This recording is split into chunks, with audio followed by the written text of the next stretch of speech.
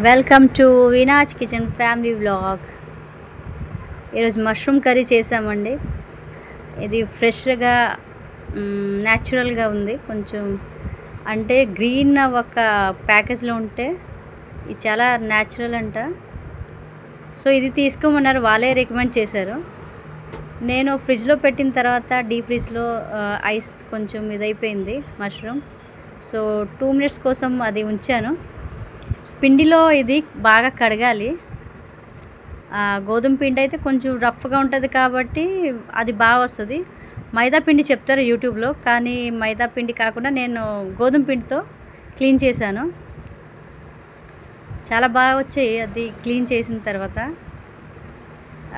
నాకు ఇది అర్థం కాదు, మష్రూమ్ ఎందుకు వైట్గా అంటే రెస్టారెంట్లో చేస్తాం కదా అలా రాదు, మాకు బ్లాక్ ఎందుకు అయిపోతుంటుంది కర్రీ చేసిన తర్వాత. కానీ టేస్ట్ అయితే అదిరిపోయింది, చాలా బాగుంది. ఇలాగా క్లీన్ చేస్తున్నాను నేను, చూడండి ఎంత బాగా క్లీన్ అయింది పిండితో. సో మీరు కూడా గోధుమ పిండితో అది బయట కొంచెం చిన్న రబ్ చేస్తే లైట్ ఫింగర్స్తో చాలా బాగా వస్తాయి.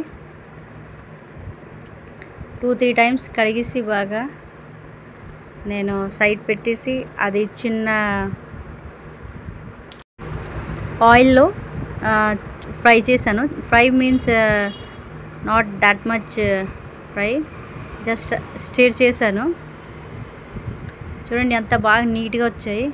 సో దీన్ని కట్ చేశాను. పెద్దవైతే 4 pieces, చిన్నవైతే 2 half చేశాను. చాలా ఈసారి అయితే ఎక్కువగా కనిపిస్తుంది, పెద్దవి అయితే ఎక్కువ ఉన్నాయి. సో చాలా బాగా వచ్చాయి కర్రీ. మీకు రెసిపీ నేను చెప్తాను. మా బాబు అడుగుతున్నాడు ఏంటి ఇలా కట్ చేస్తున్నావని. సో పెద్దవైతే కొంచెం 4 pieces, చిన్నవైతే half చాలమ్మా. ఇది ప్యూరీ అండి, టొమాటో ప్యూరీ. 2 tomatoes, ఇంకా జీడిపప్పు లేకపోతే నేను నువ్వులు ఉంటాయి కదా, నువ్వులు కొంచెం వేపేసి వేసాను. అది బాగా మిక్స్ చేసి ఆయిల్లో ఫస్ట్ చాప్ చేసిన ఆనియన్స్ వేసి బాగా తేజ్పత్తా వేసి అన్ని మసాలాస్ అన్నీ వేసాను. మసాలా ఏంటంటే పసుపు, కారం, ధనియా పొడి, జీలకర్ర పొడి, ఇంకా గరం మసాలా బాగా ఫ్రై చేశాను ఆయిల్లో. చూడండి చిన్న వాటర్ వేసి మాడకుండా ఇంకా కొంచెం ఫ్రై చేశాను. ఆయిల్ పైకి తేలాలి కదా, అది అప్పుడు మసాలా అంతగా మంచిగా రెడీ అయినట్టు. నేను మర్చిపోయాను, అల్లం వెల్లుల్లి పేస్ట్ కూడా వేసాను. ఆనియన్ వేసిన తర్వాత అల్లం వెల్లుల్లి పేస్ట్ వేయాలి. సో ఇలాగా కట్ చేసిన మష్రూమ్ అంతా దాంట్లో వేసిన తర్వాత ఒక 7-8 minutesకి అది రెడీ అయిపోయింది.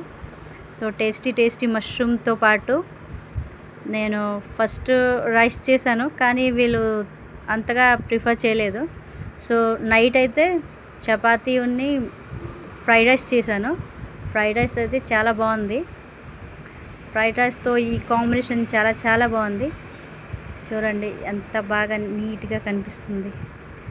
సో టేస్ట్ కూడా అలాగే ఉంది. మీరు కూడా ఒకసారి నేను చేసిన విధానంగా ఈ మష్రూమ్ కర్రీ చేయండి, చాలా బాగా వస్తాయి. సో దీంట్లో గ్రేవీ చూడండి ఇలాగుంది, అంటే గ్రేవీ ఎక్కువ కావాలని నేను ఇలా పెట్టాను కొంచెం. So thank you for watching my videos. Bye.